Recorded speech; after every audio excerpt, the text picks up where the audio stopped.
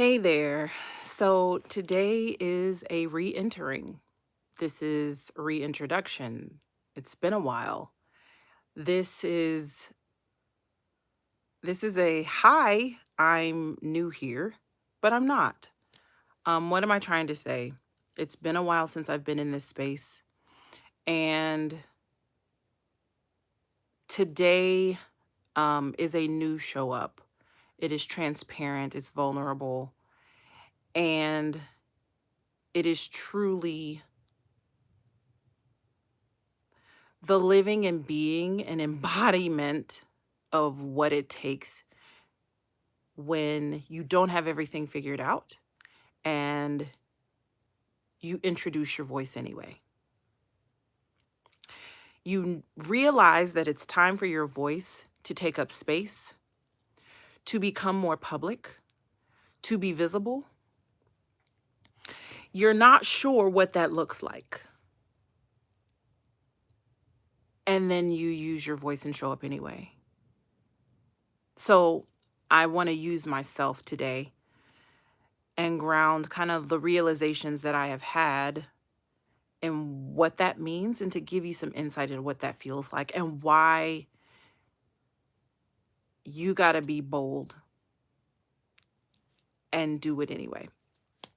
So by trade, I am a professional singer, musician, predominantly in the classical music space, because when you go and you get a degree, excuse me, when you go get a degree, it's predominantly classical music. There was always a resistance there for me in how to use my voice in that space. It was crazy. Like, I was resistant, reluctant to I couldn't find creativity there even. And what's come into my mind is, and I'm gonna talk a lot about this. Um, when you see me day to day, you first of all, you can probably tell that I have on makeup. Oh my goodness. This is probably another topic for another day. As a performer, I have to present with makeup. But it was a huge part of the resistance, the rebellion, I think, of performing. And what I am realizing now is that using your voice in performance, everybody does it. And oh, this is wild. So anyway, I didn't know how to use my voice in that space for a long time. I mean, other than sing, obviously, but I knew there was so much more nuancing to my voice and what my voice is supposed to do and what it carries. I didn't understand it, and I didn't begin to truly understand the ah the layers in which the layers that my voice carried until I got out of classical music. Now, for those of you who know me in that space, it doesn't mean I'm never in my life going to sing classical music again. That's not what I'm saying. What I am saying is that my voice is so much more. And now I'm in this business space, realizing so many other layers about my voice. Not clear about what all it embodies, but this journey is taken me to be introduced to so many different voice users, not just singers, but also speakers and business owners, executives, leaders. And so the way that my business owners are using their voices is not always related to me. It's not necessarily. I have some musician business owners, but that's another topic we're going to talk about. Anyway, this is why I need notes. um when you show up and finally decide to use your voice like I'm doing today, you don't begin to get clarity until you're in motion. So clarity is coming as you show up, as you do the thing. I have a client right now who had most of their career has been in piano performance and education. I'm sure, she knew she could sing, but she didn't understand the impact that her singing voice would bring and had the potential to bring. So she's just auditioning and getting the gigs. And she did a show and a long stretch of show and realized what exactly it took to endure that space, to endure show after show, the toll it takes on your voice. And I told her, I said, be graceful or be gracious to yourself, because you are running a marathon, but you didn't train for it. And so voice use and performance is not always, depending on what it is, it's not something that you're necessarily going to just poof, turn the camera on or get on stage and just be an expert at it. It is a skill. And sometimes a lot of us have more time in the area and we don't give credit where credit is due for skill teaching. The thing that gave this client, that gave her the courage to even audition, was her piano performance, was the fact that she grew up also in church performing. So she understands what it means to perform, but it's just a different instrument, and one that also calls for another layer of skills that she didn't have. On the speaker side of things, I've got business owners and leaders who are terrified to show up in front of a camera.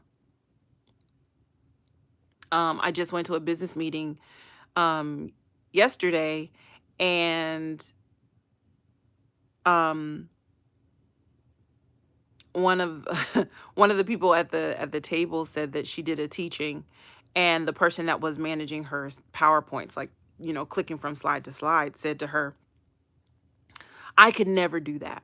I could never stand up and teach like that. And a lot of times people say, oh, you must be born with it. If you're good at public speaking, singing, being on stage, performance, then you're born with it. No, not at all. It just means that you got your skills from, I don't know, informal ways. Like a lot of us got it from church. We've had a mic in our hands and been on stages since we were children.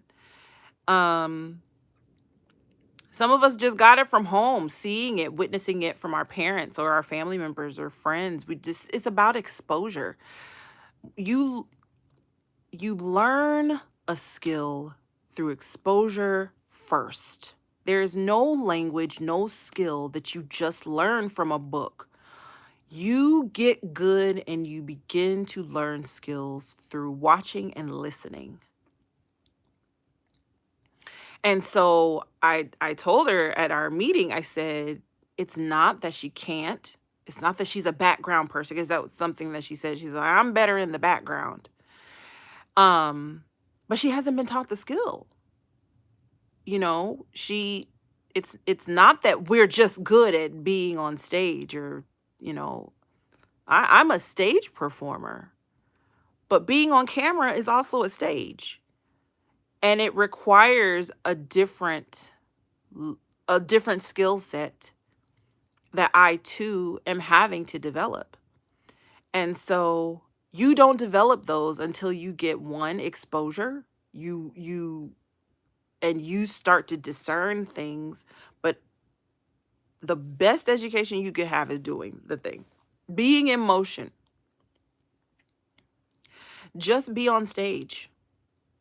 I have been singing my entire life. And my first stage was family worship. My family, I was brought up in a denomination, and